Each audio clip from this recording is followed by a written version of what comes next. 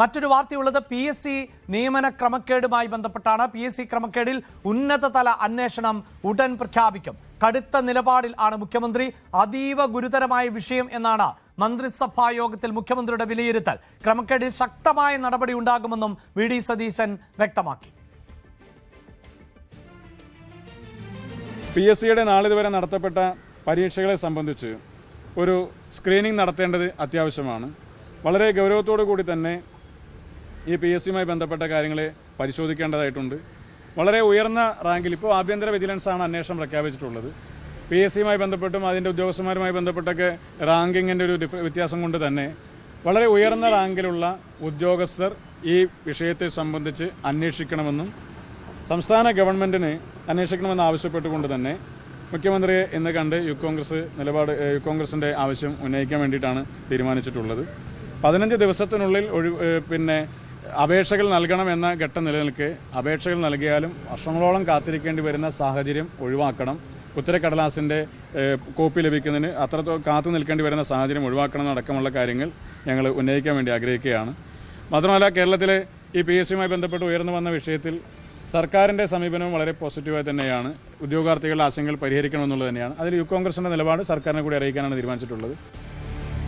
ഇവിടെ ഇതാ മന്ത്രി കൂടിയായ OJ ജനീഷിന്റെ പ്രതികരണത്തിൽ നിന്ന് ഈ വിഷയത്തിൽ ശക്തമായ ഒരു ഇടപെടൽ സർക്കാരിന്റെ ഭാഗത്ത് നിന്ന് ഉണ്ടാകാൻ പോകുന്നു എന്നതുകൂടിയാണ് നമുക്ക് മനസ്സിലാക്കാൻ സാധിക്കുന്നത്. VV അരുണാണ് വാർത്തയുടെ വിശദാംശങ്ങളുമായി ചേരുന്നത്. അരുൺ, കഴിഞ്ഞ സർക്കാരിന്റെ കാലഘട്ടത്തിലാണ് ഏറ്റവും അധികം PSC നിയമനങ്ങൾ നടത്തിയത് എന്ന അവകാശവാദമൊക്കെ സർക്കാർ ആവർത്തിച്ച്, അല്ലെങ്കിൽ CPM ഒക്കെ ആവർത്തിച്ച് അവകാശപ്പെട്ടതാണ്. ഇപ്പോഴിതാ ഈ PSC നിയമനവുമായി ബന്ധപ്പെട്ട് വലിയ വാർത്തകളാണ് പുറത്തു വന്നുകൊണ്ടിരിക്കുന്നത്. പ്രത്യേകിച്ച് ആസൂത്രണ ബോർഡിലെ ഉയർന്ന തസ്തികയിലേക്ക് അവിടെ 10 ചോദ്യങ്ങൾ പരിഗണിക്കാതെ തന്നെ മാർക്ക് നൽകി എന്നുള്ളത് ഏതാണ്ട് PSC അംഗീകരിച്ച പശ്ചാത്തലമാണുള്ളത്.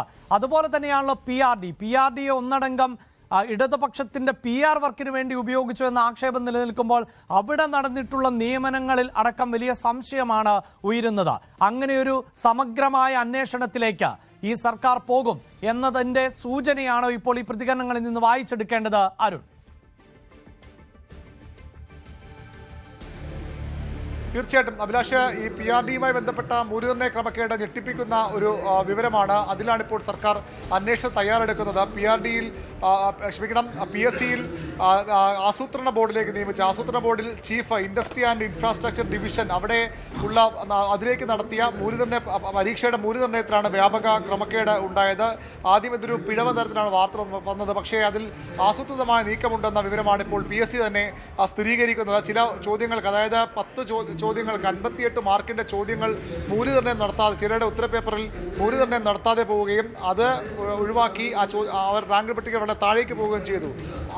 മറ്റുള്ള ചില ആളുകളെ മുകളിലേക്ക് റാങ്ക് പട്ടികയിലേക്ക് കൊണ്ടുവരാൻ, അതും ആസൂത്രണ ബോർഡിൽ തന്നെ ജോലി ചെയ്യുന്ന ചില ആളുകളെ റാങ്ക് പട്ടികയിൽ മുകളിലേക്ക് കൊണ്ടുവരാനുള്ള ആസൂത്രിത നീക്കം നടന്നു എന്ന് തന്നെയാണ് വ്യക്തമാകുന്നത്.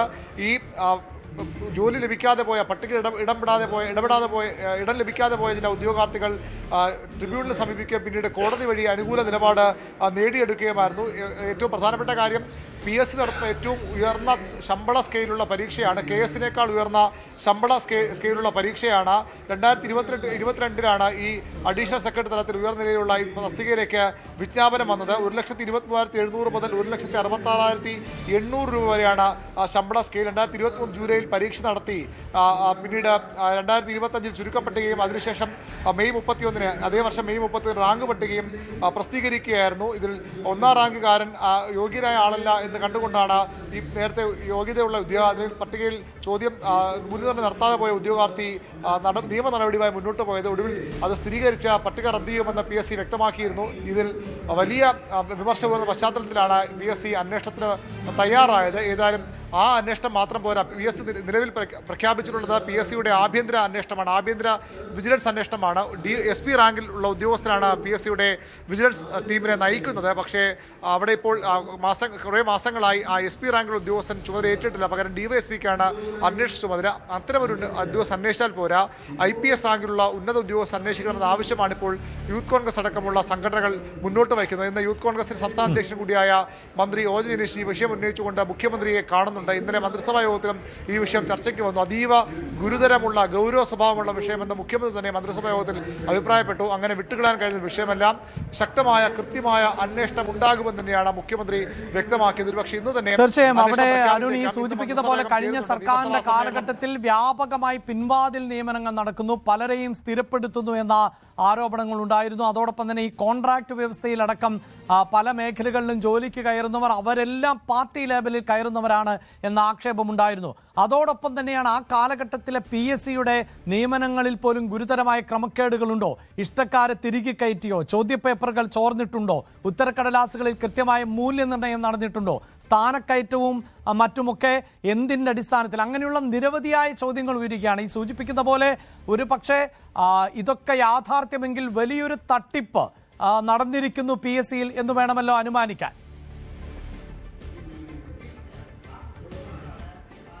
തീർച്ചയായിട്ടും ഈ ആസൂത്രണ ബോർഡിലെ പദവി തന്നെ ആസൂത്രണ ബോർഡിൽ ജോലി ചെയ്തിരുന്ന കുറച്ചുകൂടി താഴെ തസ്തികയിൽ ജോലി ചെയ്തിരുന്ന ചില ആളുകൾക്ക് വേണ്ടിയുള്ള ഒത്തുകളിയാണ് എന്ന വിമർശനമാണ് ഉയർന്നത്. KGO ഗവൺമെന്റ് ഓഫീസേഴ്സ് അസോസിയേഷന്റെ ഇടപെടൽ ഇതിൽ പിന്നിലുണ്ടെന്ന രാഷ്ട്രീയ വിമർശനങ്ങളും ഇതിനൊക്കെ ഉയർന്നു വന്നിട്ടുണ്ട്. അതായത് CPMന്റെ സംഘടനയാണ്. അത്തരത്തിൽ ആരെ സഹായിക്കാവുന്ന കാര്യത്തിലൊക്കെ വിവരങ്ങൾ ഇനി പുറത്തു വരും. ഏതായാലും അവിടെ ക്രമക്കേട് നടന്നിട്ടുണ്ട്. മാത്രമല്ല PRD നടത്തുന്ന ഇൻഫർമേഷൻ അസിസ്റ്റന്റ് പരീക്ഷയിൽ അതിൻ്റെ പ്രവൃത്തി വലിയ സർട്ടിഫിക്കറ്റ് നൽകണം. PSC നടത്തുന്ന പ്രധാനപ്പെട്ട പരീക്ഷകളിലൊന്നാണ് ഇൻഫർമേഷൻ അസിസ്റ്റന്റ്. അവിടെ അപേക്ഷിക്കണമെങ്കിൽ മാധ്യമരംഗത്ത് കൃത്യമായ പ്രവൃത്തി പരിചയം വേണം. ആ സർട്ടിഫിക്കറ്റ് വ്യാജമായി നൽകി അല്ലെങ്കിൽ അയോഗ്യരായ ആളുകൾക്ക് നൽകി എന്ന വിമർശനവുമുണ്ട്. PRDയുടെ തന്നെ പ്രിസം എന്ന പേരിൽ താൽക്കാലിക ജോലി ചെയ്യുന്ന ആളുകൾ നിരവധി പേർ കഴിഞ്ഞ 2 തവണ പട്ടികയിലും ഇൻഫർമേഷൻ അസിസ്റ്റന്റ് പട്ടികയിലും ഇടം പിടിച്ചിട്ടുണ്ട്. അവർക്ക് വഴിവിട്ട സർട്ടിഫിക്കറ്റ് നൽകി, വ്യാജമായ സർട്ടിഫിക്കറ്റ് നൽകിയെന്ന ആക്ഷേപം ഉയർന്നു വരുന്നുണ്ടെന്ന് യൂത്ത് കോൺഗ്രസിന്റെ ആരോപണം അതുതന്നെയാണ്. PRDയുടെ ഇൻഫർമേഷൻ അസിസ്റ്റന്റ്, അതുപോലെ തന്നെ KAS ഏറ്റവും പ്രധാനപ്പെട്ട ഒരു തസ്തികയാണ്. KAS നേരിട്ട് IAS പ്രൊമോഷൻ കിട്ടാവുന്ന തസ്തിക. ഈ തസ്തികയിലൊക്കെ നിയമനത്തിൽ ക്രമക്കേടുണ്ടായെന്ന ആരോപണമാണ് ഇപ്പോൾ യൂത്ത് കോൺഗ്രസ് ഉന്നയിക്കുന്നത്. ഇതിലൊക്കെ ഒരു പരിശോധന വേണം. കഴിഞ്ഞ 10 വർഷം നടന്ന ഇത്തരം നിയമനങ്ങളിൽ നമുക്കറിയാം, നേരത്തെ ശിവരഞ്ജിത്തും ഉൾപ്പെടെയുള്ള SFI നേതാക്കൾ, SFI പ്രവർത്തകർ പോലീസ് റാങ്ക് പട്ടിക ഇടം പിടിച്ച് വലിയ വിവാദമായിരുന്നു. പിന്നീട് PSC അവരെ ഒഴിവാക്കിയിരുന്നു.